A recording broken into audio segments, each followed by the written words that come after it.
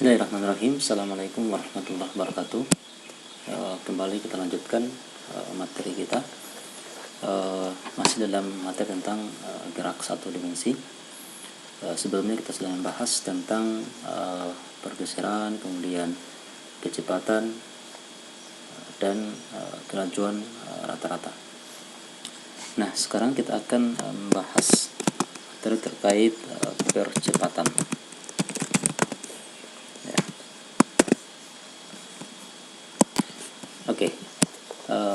Percepatan ketika sebuah kecepatan sebuah partikel berubah terhadap waktu, maka tentu partikel itu dikatakan mengalami percepatan. Kita tinjau misalkan gerak sebuah partikel di sepanjang sumbu X, ya. Gerak partikel di sepanjang sumbu X, ya.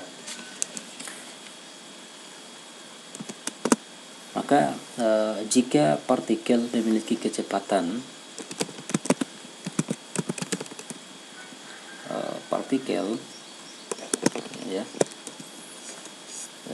jika kecepatannya adalah VI pada waktu TI dan VF pada waktu TF,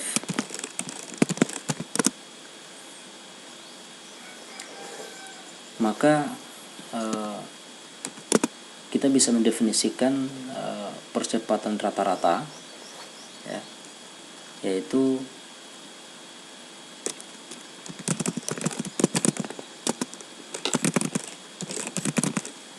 rata-rata adalah rasio perubahan kecepatan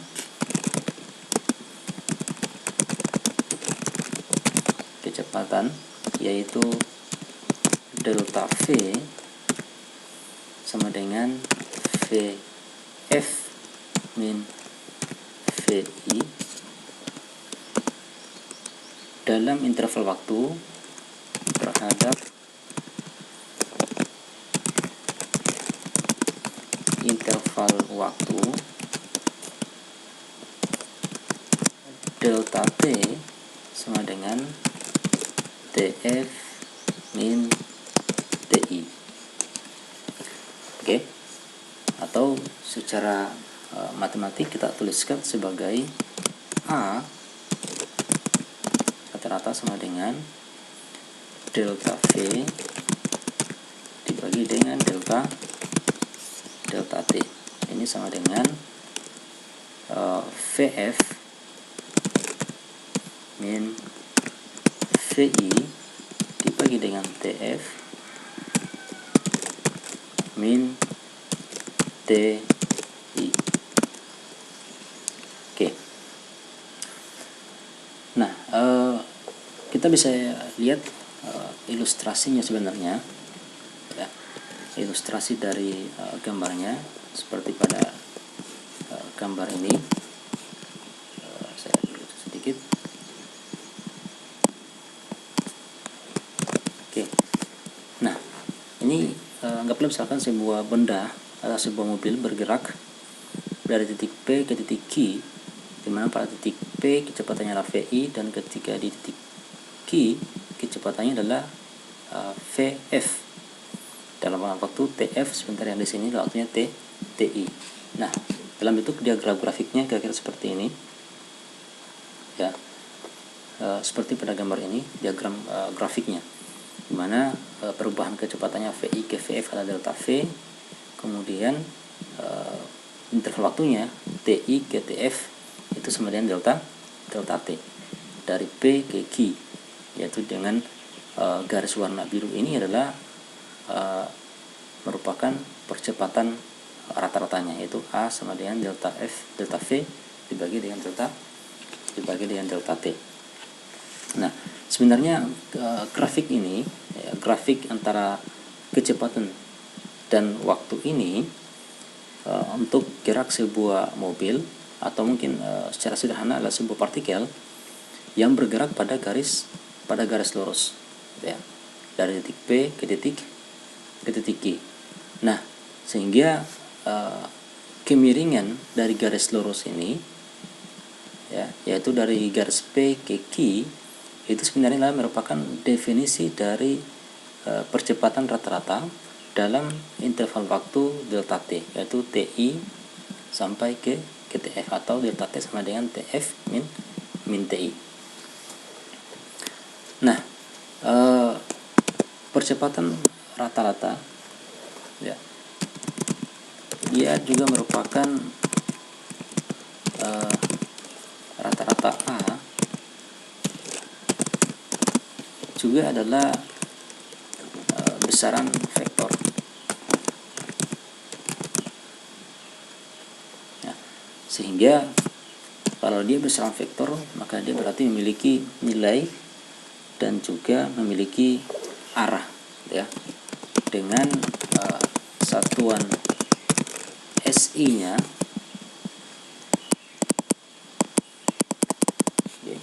satuan SI dari percepatan itu adalah meter per sekon kuadrat, karena V meter per sekon, kemudian T sekon, maka berarti meter per adalah meter per sekon kuadrat. Oke, kalau kita buat dalam bentuk analisis dimensinya, maka sebenarnya analisis dimensinya itu adalah L per T pangkat 2, atau ini sama dengan L T pangkat minus 2. Ya, itulah percepatan rata-ratanya, atau kemudian ini adalah dimensinya dan ini adalah satuan secara sistem SI. Nah, kemudian yang kedua itu adalah percepatan sesaat.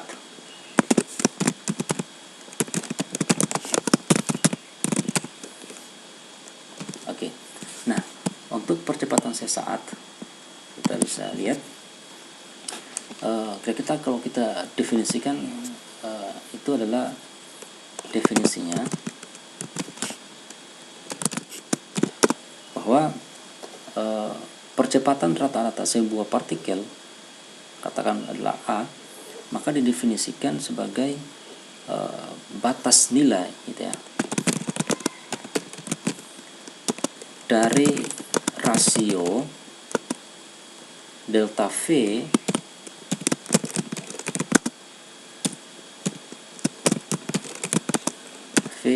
dibagi dengan terhadap delta T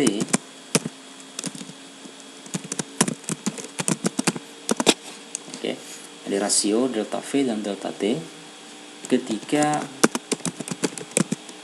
ya, waktu delta T atau interval waktu delta T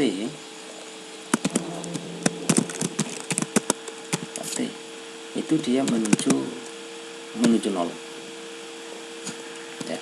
Sehingga secara matematik kita bisa tuliskan bahwa A itu sama dengan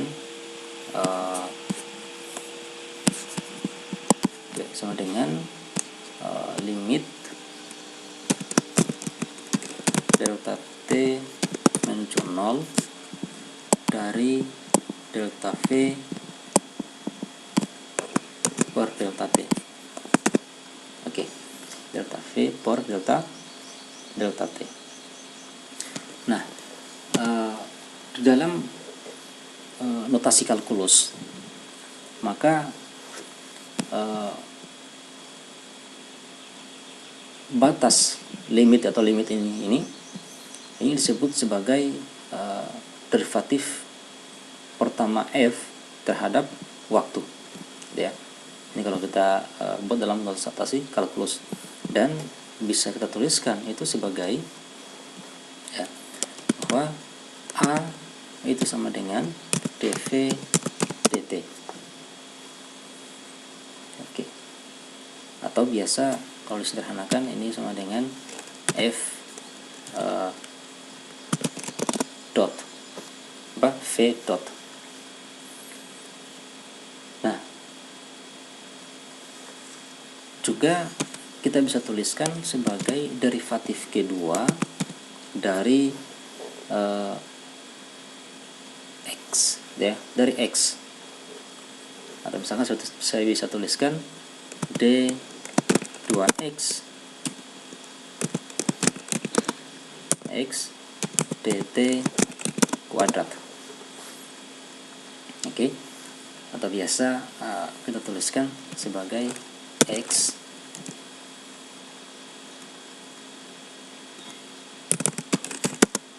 double dot. Oke. Nah, sehingga kemudian ya, persamaan ini kalau kita ubah bentuknya akan kita dapatkan yaitu ya, saya tuliskan itu menjadi VF min VI ini sama dengan integral TI sampai TF dari A dt, ya, A kali D kali dt. Oke, itu sebenarnya dari sini kalau kita tuliskan ini kan sebenarnya ini sama dengan, ya, kalau kita rubah dv sama dengan A kali dt. Lalu kemudian kalau kita integralkan, maka integral dv hasilnya itu yang ini, dan integral A dt. Oke. Nah, ini sebenarnya, gitu ya, kalau kita perhatikan dengan grafiknya, maka ini adalah sama dengan grafik atau luas daerah di bawah grafik A terhadap T, kira-kira gitu ya. Nah, kalau kita lihat dari sini kemudian, maka kita bisa menggunakan istilah percepatan itu menjadi percepatan sesaat, ya, dan ketergantungannya itulah terhadap kemiringan dari grafik tangen kecepatan terhadap waktu, ya. Nah, kemudian percepatan A itu dapat bernilai positif, ya, juga dapat bernilai negatif, dan juga dia bisa bernilai 0, ya. Nah, artinya jika A sama dengan 0 untuk interval waktu yang spesifik dalam grafik V terhadap T, Vt, maka kecepatan harus konstan dalam interval waktu tersebut, ya. Jadi kalau kecepatannya konstan, maka berarti percepatannya dia 0, ya. Artinya tidak ada perubahan kecepatan, karena di definisi awalnya bahwa percepatan itu adalah sebenarnya perubahan kecepatan, ya. Nah,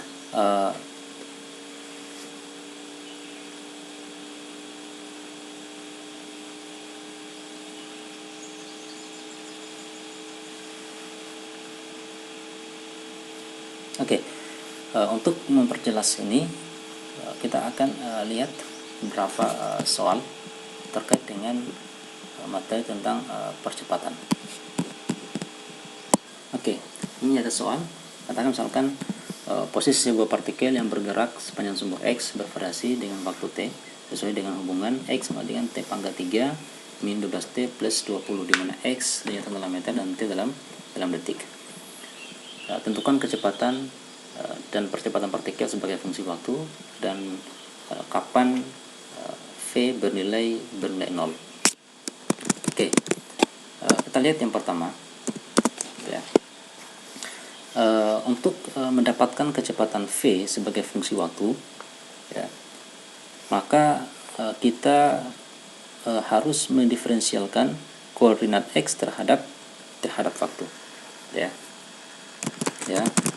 Kita harus diferensialkan X, ya, dengan T.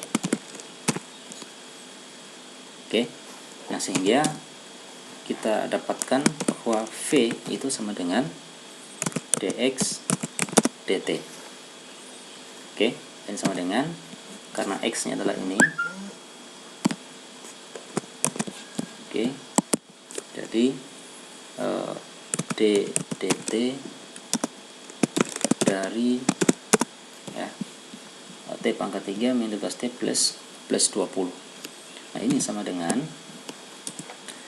kita ingat kembali bahwa diferensial itu, katakan misalkan contoh d x pangkat n, maka ini sama dengan n x pangkat n kurang 1. Oke. Nah, sehingga kita peroleh yang ini, ya, sama dengan, pertama berarti ini 3 turun ke bawah, terus T, kemudian pangkatnya itu n kurang 1, berarti pangkat dari 3 kurang 1 minus. Nah, ini karena pangkatnya 1, berarti 1 kali 12 T pangkat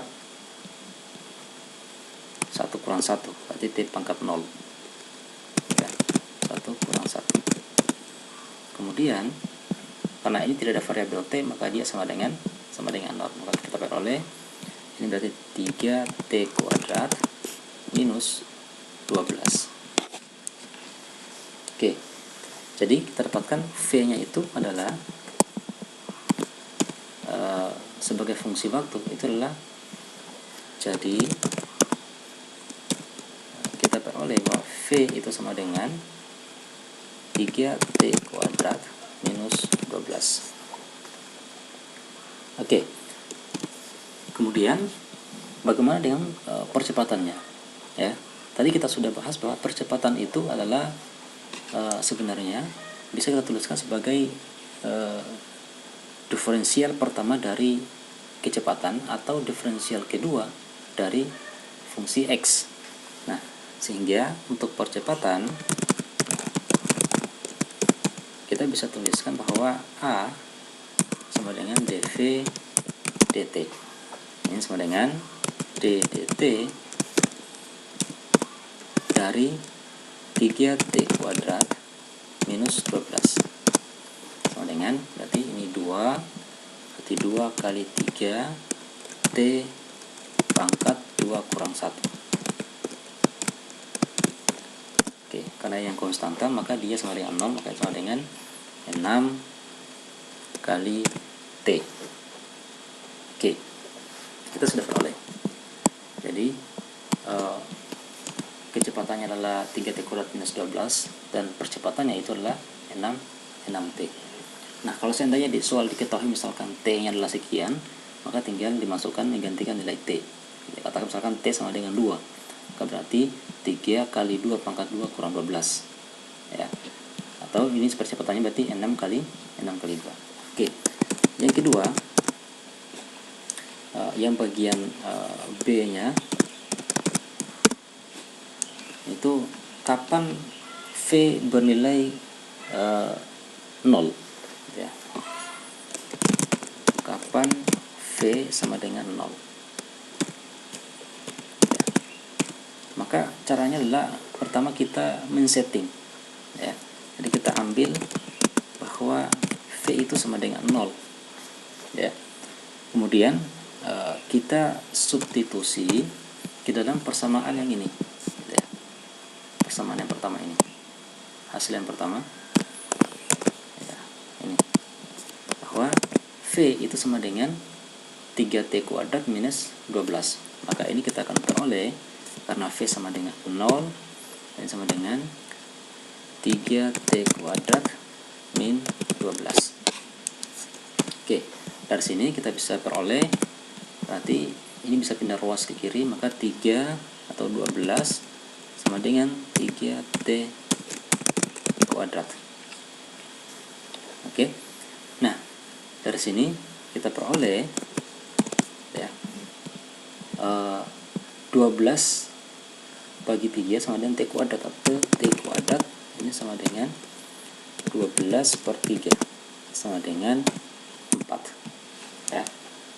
Nah, sehingga peroleh bahwa T itu sama dengan plus minus 2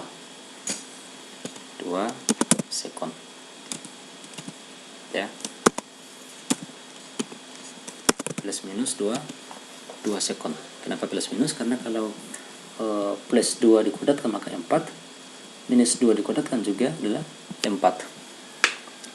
Nah, jawaban yang negatifnya yang minus 2 detik, saya kira itu akan tertolak karena tidak ada waktu yang negatif.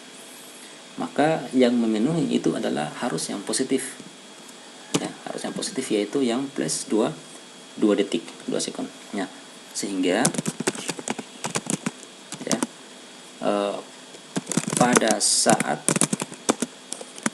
T sama dengan 2 detik ya, maka kecepatan partikel